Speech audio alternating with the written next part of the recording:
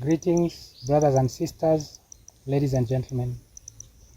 On May 18, 1997, the African country that was until that date known as Zaire or Zaire changed its name officially to the Democratic Republic of Congo. There is every reason to believe that certain very powerful people instigated that change because they wanted to prevent the truth from coming out that the location of the country, which is today called Israel, is not the same as that of the biblical Israel. Those very powerful people wanted the name Zaire to be dropped because they realized, too late I might add, that the location information for the biblical Israel is embedded in that name. Kindly allow me to explain. Several ancient documents, many of which were written with primarily European readers in mind, mention a region which they call Syria. Notable among those documents is the book by the Jewish historian Flavius Josephus, which is titled Wars of the Jews. That book especially abounds with evidence that the Syria of antiquity was neighbors with the biblical Israel. The Bible itself reveals the part of the biblical Israel that the Syria of antiquity was neighbors with. In the book of Matthew chapter 4 and verse 24, it says that the fame of Jesus spread throughout Syria and that many people brought their sick to him from that region. That tells us that the Syria of antiquity must have been neighbors with Galilee because it was in the Galilee area that Jesus was active for most of his ministry. There is no certainty that the writers of those ancient documents intended to point their readers, when they mentioned the name Syria, to the region of the country that is today called Syria. And that is because at the time when they wrote those documents, that country had not yet come into existence. In order therefore to identify where the name Syria pointed readers to back then, it is necessary to first understand the system for naming regions that was prevalent among Europeans at the time when those documents were written.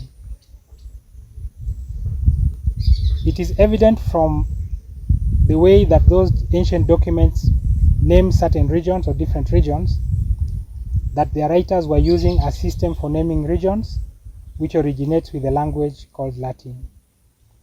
That system identified a region by adding the "-ia" ending to the name of something distinctive in or about the region being named. For example, to the region that had in it the Niger River, that system assigned the name Nigeria. To the region that was home to the people known as Arabs, that system assigned the name Arabia or Arabia. And to the region of the Israelite kingdom of Judah, it assigned the name Judea.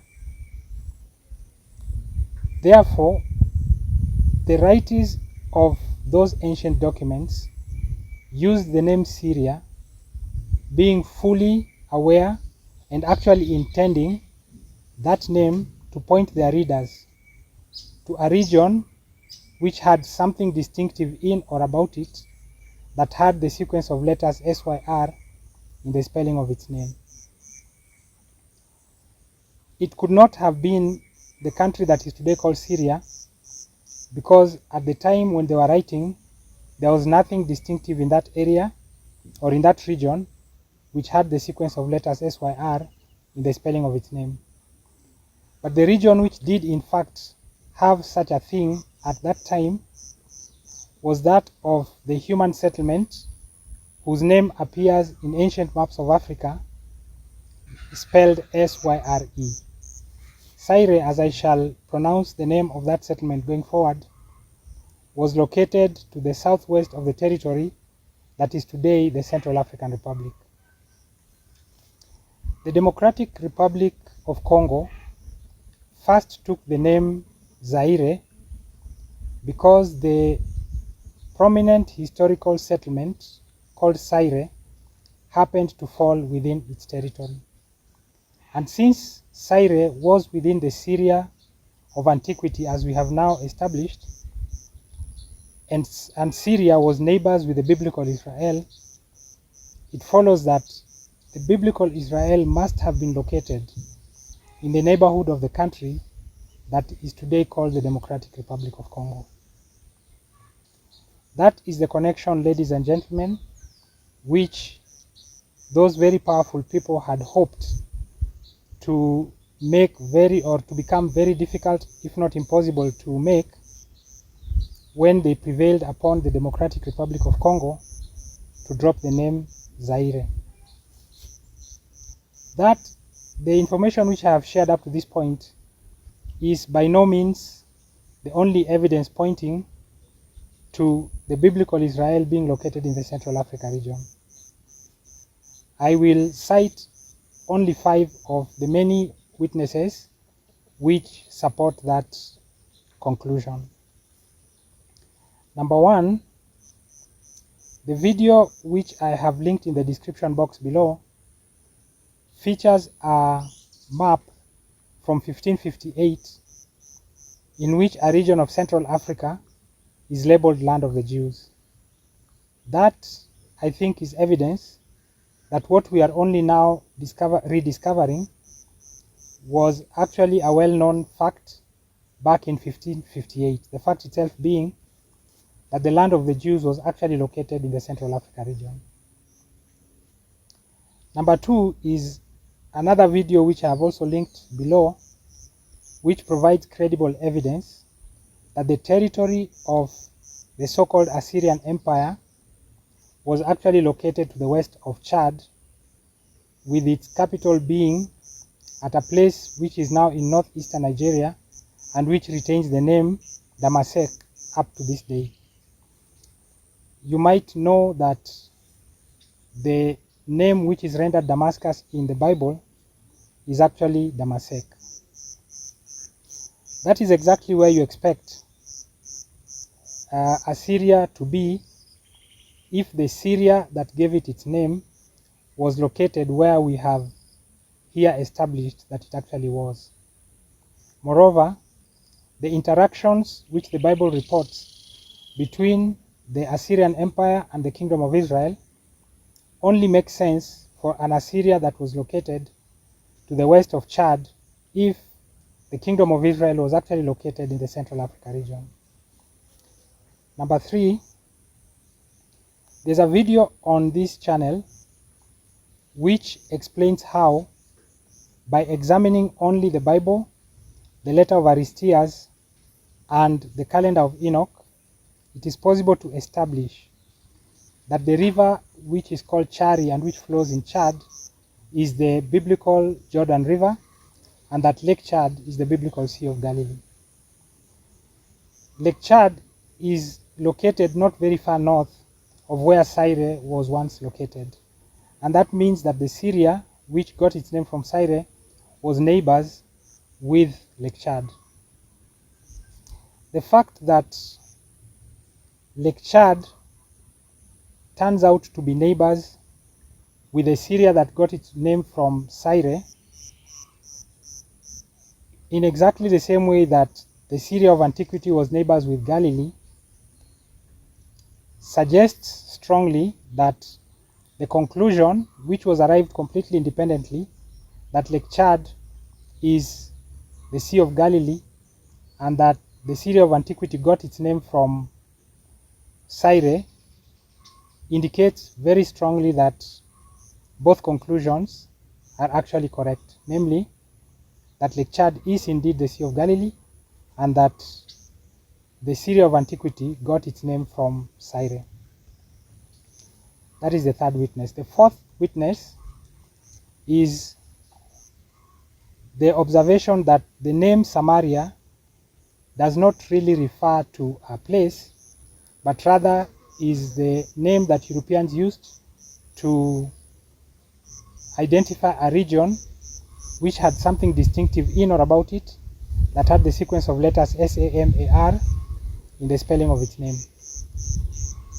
The Greek Hebrew Interlinear Transliterated Bible, which you can read online at biblehub.com, confirms that the pronunciation of the name, which is rendered Samaria in English translations of the Bible, is actually Samerun.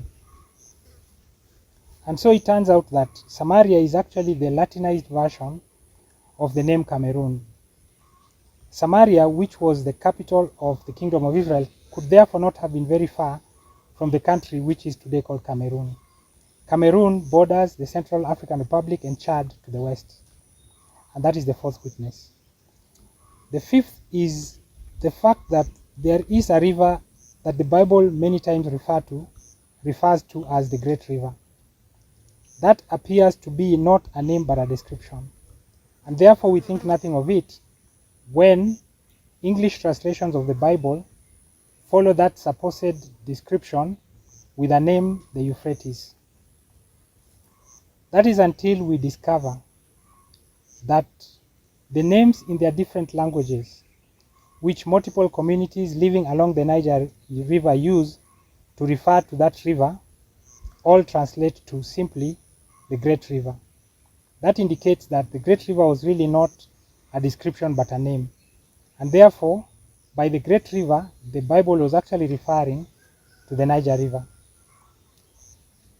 The name Great River exists in the language of ancient Israel only because the biblical Israel must have been close enough to the Niger River to need such a word for everyday conversation. In fact, the Great River is given as one of the boundaries of the land which our Creator promised to Abraham and his descendants. Translators imported the word Euphrates into the Bible as part of a scheme to export in the mind of the readers of their translation the biblical Israel to the region of the country that is today called Israel. And the very powerful people who are behind that scheme to this day put names such as Sinai, Syria, Jordan, Damascus, and so on in the places where they now are because they understood that for a counterfeit to be successful, it needed to be as similar to the original as possible. And so they modeled the counterfeit on the original. Finally, there's one item of information that I'd like to share, and that is that the name Syria does not actually appear in the original languages of the Old Testament that the Old Testament was written in. It appears in translations, in English translations of the Old Testament only because translators put it there in place of the name Aram, in some of the places where the name Aram appeared. It raises the question of what the connection is between Aram and Syria. The book of 2 Chronicles chapter 20 suggests what the connection was. That chapter reports an incident in which a large army was threatening to attack the kingdom of Judah.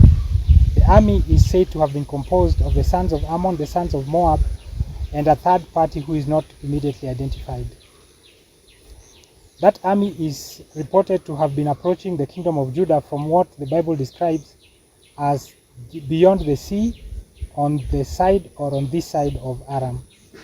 Translators must have believed that sea to be the biblical Sea of Galilee because they rendered the word Aram in that section as Syria.